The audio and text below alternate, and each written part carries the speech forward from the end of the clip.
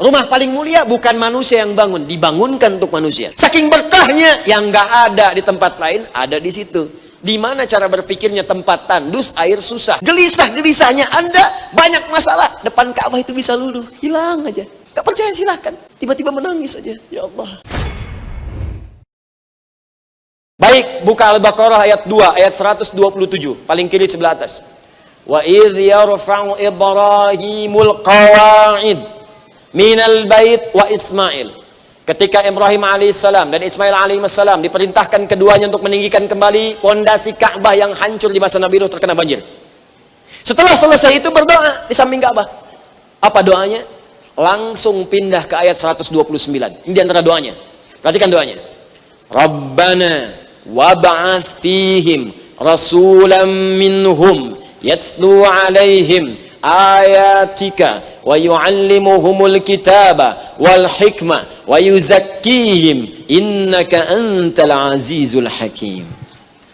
Ya Allah, berdoa di samping Ka'bah, mohon utus nanti seorang rasul ya Allah, rasul yang paling mulia yang bertugas di bumi. Karena dia mulia ya Allah, karena yang paling mulia, maka lahirkan dia di tempat yang paling mulia di kalangan masyarakat ini nanti.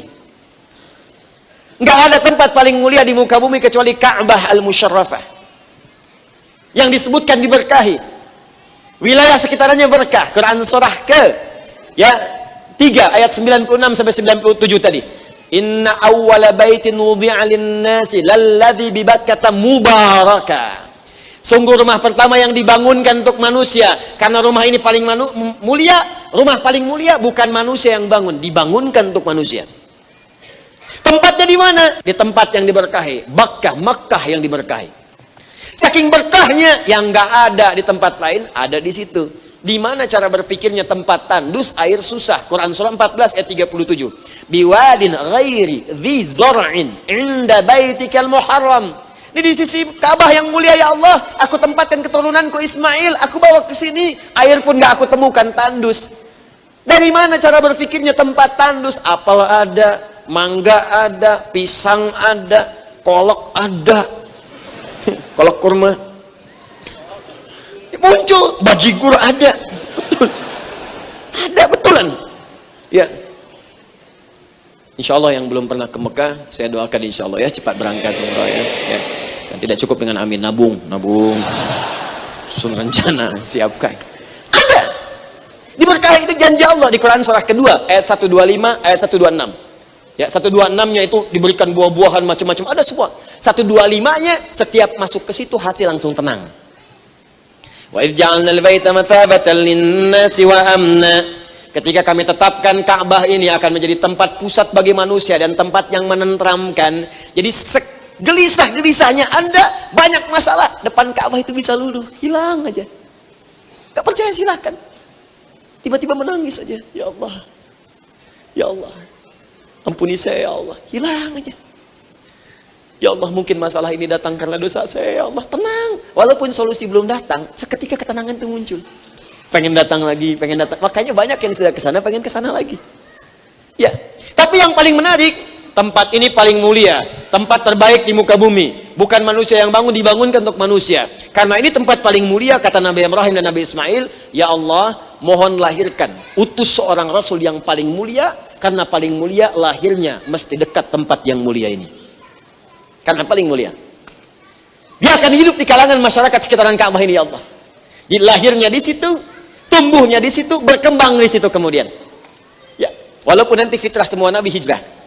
Nabi Musa hijrah, Nabi Yusuf hijrah, Nabi Ibrahim hijrah, Nabi Muhammad pun hijrah. Nabi Nuh hijrah, jangan pakai kapal kan? Ya kan? Hijrah, semua Nabi hijrah. Baik. Tapi lahir di situ, tumbuh di situ, berkembang di situ. Silahkan Anda cek secara sejarah sampai dengan sekarang. Nabi mana yang lahirnya dekat Ka'bah selain Nabi Muhammad SAW? Anda nggak akan temukan. Silahkan. Nabi Ismail lahirnya bukan di Ka'bah, bukan di Mekah. Wafat dikubur dekat situ, tapi lahirnya di Palestina. Silahkan cari yang lain, tidak ada. Hanya Nabi Muhammad SAW yang disepakati lahirnya di Mekah. Hari Senin tahun gajah. Selesai. Sampai sekarang masih ada tempatnya. Disamarkan jadi perpustakaan. Ya, masih ingat gak? Saya ilustrasikan dulu kan. Ya, Anda kalau mau umrah haji, di sini Zam-Zam, Grand Zam-Zam besar itu, ini patokannya aja. Nyatu dengan Safwa di sini, ini ada jalan ke sini, ini ada tempat burung-burung datang, ya. Kemudian di sini ada Jabal Qubais yang sekarang jadi istana atau tamu yang datang untuk diterima. Anda keluar dari sini, masuk ke Masjidil Haram yang besar luas wilayahnya. Pintu pertamanya King Abdul Aziz, yang ini ada pintu baru sedang diperbaiki, langsung belok ke sini. Susuri yang ini. Begitu ketemu pintu 26 Gate Ismail di sini, depannya di sini bawah. Masuk ke arah yang istana tadi, ke sini. Tapi jangan ke sini, jangan cari masalah, lurus sini. Ya. Karena itu dijaga oleh satu orang security, ada CCTV warna putih ngadapnya ke sini nih. Ya. Terus sampai ke sini, pintu 27, kemudian babun Nabi, bab Ali, babu Salam di sini, tarik ke sini, ditemukan sampai 35 kipas angin sampai sini. Saya udah hitung. Anda kalau nggak percaya sana aja hitung sendiri. Saya udah hitung. Ya, kalau berkurang dicopot, kalau nambah berarti baru. Ya kan? Nah, ini babu Salam, masuk sini sunnahnya. Ini sunnah kalau memungkinkan, renovasi selesai bisa masuk sini. Ada 2 eskalator, sini, sini, tengah-tengahnya tangga. Ini eskalator untuk yang turun, ini untuk yang naik, ini tangga bebas. Ada kursi warna merah di sini. Ya. Tarik sini, sekitar 120 meteran lah sebelah sini. Lurus, ya kalau dari Babu Salam lurus ke sini, kalau ke sini belok ke sini. Patokannya ketika belok ke sini, di sini ada tempat ngambil air Zam-Zam yang pakai keran. Ya, pakai selang. Anda beli jerigen dulu. Yang jual jerigen dari sini, orang Taif. Ya, jerigen kecil harganya 5 real, jerigen besar 10 real. Yang di sini. Kemudian naik tangga ke sini. Di sini ada bangunan warna krem, tulisan Al-Maktabah Al-Qadimah. Ya, perpustakaan. Ini disepakati oleh para ahli sejarah tempat lahirnya Nabi Muhammad sallallahu alaihi wasallam. Tuh. Anda kebayang nggak? Enggak, betul, emang belum saya sampaikan. Ya. Satu-satunya manusia di muka bumi yang ribuan tahun sebelum dilahirkan udah didoain. Ribuan tahun. Nabi Ibrahim nggak pernah lihat, nggak pernah jumpa juga, terpisah masa cukup jauh. Ya, tapi mendoakan begitu lahir. Jadi siapa? Nabi Muhammad. Saking mulianya Nabi ini, beda dengan Nabi lainnya, lahirnya di tempat paling mulia yang pernah ada di muka bumi dan didoakan oleh 2 Nabi sekaligus. Yang Nabi ini semua keturunannya Nabi dari 2 sisi. Umumnya Nabi menikah dengan Sayyidah Sarah, Nabi lahirnya. Bukankah dari Sarah turun Ishak, dari Ishak turun Yakub, dari Yakub turun Yusuf, dan keturunannya dari situ terus semuanya? Ya kan? Dari Musa, Daud, Sulaiman sampai ke Isa alaihissalam. Ya, tarik ke samping kanannya, Isa kan naik ke atas ke Maryam, Maryam naik ke atas ke Imran, Imran kemudian suaminya siapa? Hanna. Ya, sepupunya siapa? Zakaria, Nabi juga. Tarik semuanya tuh. Ya, samping kirinya siapa? Hajar, Sayyidah Hajar alaihissalam. Putranya siapa? Ismail alaihissalam. Dari situ turun siapa? Nabi Muhammad sallallahu alaihi wasallam. Dimulia semua. Ini luar biasa, makanya disebut Abul Anbiya, yang mendoakan bapak para nabi, Abul Anbiya, di tempat yang paling mulia.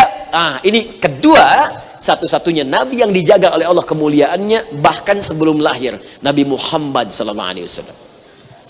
Supaya nggak lupa, 600 tahun sebelum kelahirannya diingatkan lagi dengan berita gembira. Berubah redaksinya. Yang tadi doa, sekarang berita gembira. Quran surah ke-61 ayat ke-6, paling kiri sebelah atas. Push lagi. Quran surah kedua ayat 127 sampai 129. Diingatkan lagi. Quran surah ke-61 As-Saff ayat ke-6. Nabi Isa, Rasul yang paling dekat ke Nabi Muhammad sallallahu alaihi wasallam. 600 tahun sebelum lahirnya. Kalau yang tadi kan doa kan, ini langsung berita gembira. Perhatikan kalimatnya. Wa mubasysyira birasulin yati min ba'di ismuhu Ahmad. Aku kasih kabar gembira ya, kata Nabi Isa. Kasih kabar gembira pada umat. Aku bukan rasul terakhir, kata beliau. Karena ada ramalan di kitab-kitab pada masa itu, rasul terakhir itu diantara kemuliaannya punya sifat kasih yang sangat dalam. Nabi Isa ini mirip. Karena periodenya sebelum ke Nabi Muhammad, ada sebagian sifat Nabi Muhammad melekat pada Nabi Isa. Sifat kasih. Ajarannya kasih, sayang. Isa, Mesiah, Yesus, Al-Masih, Nabi. Nabi manusia. Baik. Yang paling menarik, itu ajaran kasihnya tinggi. Saya sering katakan pernah lewat beliau dengan murid-muridnya. Kemudian di jalan, di dekat sungai itu, di sungai itu ada bangkai binatang yang sudah membusuk. Saya tidak bosan menyampaikan ini. Kata muridnya berkata, guru itu bau sekali bangkai ini. Tutup hidungnya. Kata Nabi Isa, perhatikan putih dan bersih giginya. Muridnya berkata, guru, kenapa engkau bicara begitu? Bukankah bau busuk bangkainya? Kata Nabi Isa, demikianlah manusia hanya akan menyampaikan apa yang ada di pikirannya. Jadi kalau kotor pikiran, keluar kotor di lisan. Kalau bersih hati kita, keluarnya bersih. Itu yang melahirkan kata-kata mutiara, teko hanya akan mengeluarkan isi tekonya. Kalau isinya susu, keluar susu. Ya, isinya kopi, keluar kopi. Isinya air bening, keluar air bening. Seperti itulah kehidupan. Maka umatnya menduga ini Rasul terakhir nih. Kata Nabi Isa, bukan. Akan ada Rasul setelah saya yang sebutannya melebihi saya dalam amalannya kepada Allah. Dalam bahasa Arab, kalau punya amalan sosial sifat kasih yang sangat tinggi disebut Muhammad namanya. Ya, bentuk biasanya Mahmud. Superlatifnya Muhammad. Kenapa disebut Muhammad yang disebutkan 4 kali dalam Al-Quran? Ya, Quran surah ketiga ayat 144, Quran surah ke-33 ayat ke-40, Quran surah ke-47 dengan namanya ayat kedua, dan Quran surah ke-48 ayat 29. 4 kali disebutkan Muhammad. Kenapa disebut Muhammad? Karena sifat kasihnya tinggi. Pada manusia sayang, diejek tidak membalas. Wasbir ala ma yaqulun. Kata Allah, sabar aja, jangan dibalas. Idfa billati ya ahsan. Ya, balas dengan cara yang lebih baik lagi. Sedang sholat kemudian disimpan kotoran, tidak marah juga. Dilempar oleh orang Taif dengan batu, sampai turun malaikat penjaga bukit mengatakan, angkat tanganmu jadaika ilas sama. Angkat tanganmu ke langit, aku himpit mereka itu. Kata Nabi, la fa innahum qaumun la ya'lamun. Jangan lakukan, mereka belum tahu saja. Aku berharap kepada Allah, kelak nanti di bumi Taif ini akan lahir laki-laki, perempuan, besar, kecil, tua, muda. Mereka akan mengatakan, asyhadu an la ilaha illallah wa asyhadu anna Muhammad Rasulullah. Lalu berdoa, perhatikan doanya. Ilahi, ila man takiluni, ila qaribin yu'dhini, am ila ba'idin yu'limuni, fa ana radin ma lam taghdab alayhi. Ya Allah, setelah penganiayaan ini, setelah persekusi ini, kemana lagi engkau akan tugaskan aku untuk berdakwah? Apakah tempatnya masih dekat? Di situ aku akan disakiti, dilempari lagi. Atau tempatnya masih jauh? Di situ pun aku akan disakiti kembali. Aku ridha ya Allah, sepanjang engkau tidak marah kepada aku. Setelah peristiwa itulah beliau mendapatkan panggilan untuk Isra dan Mi'raj. Muhammad.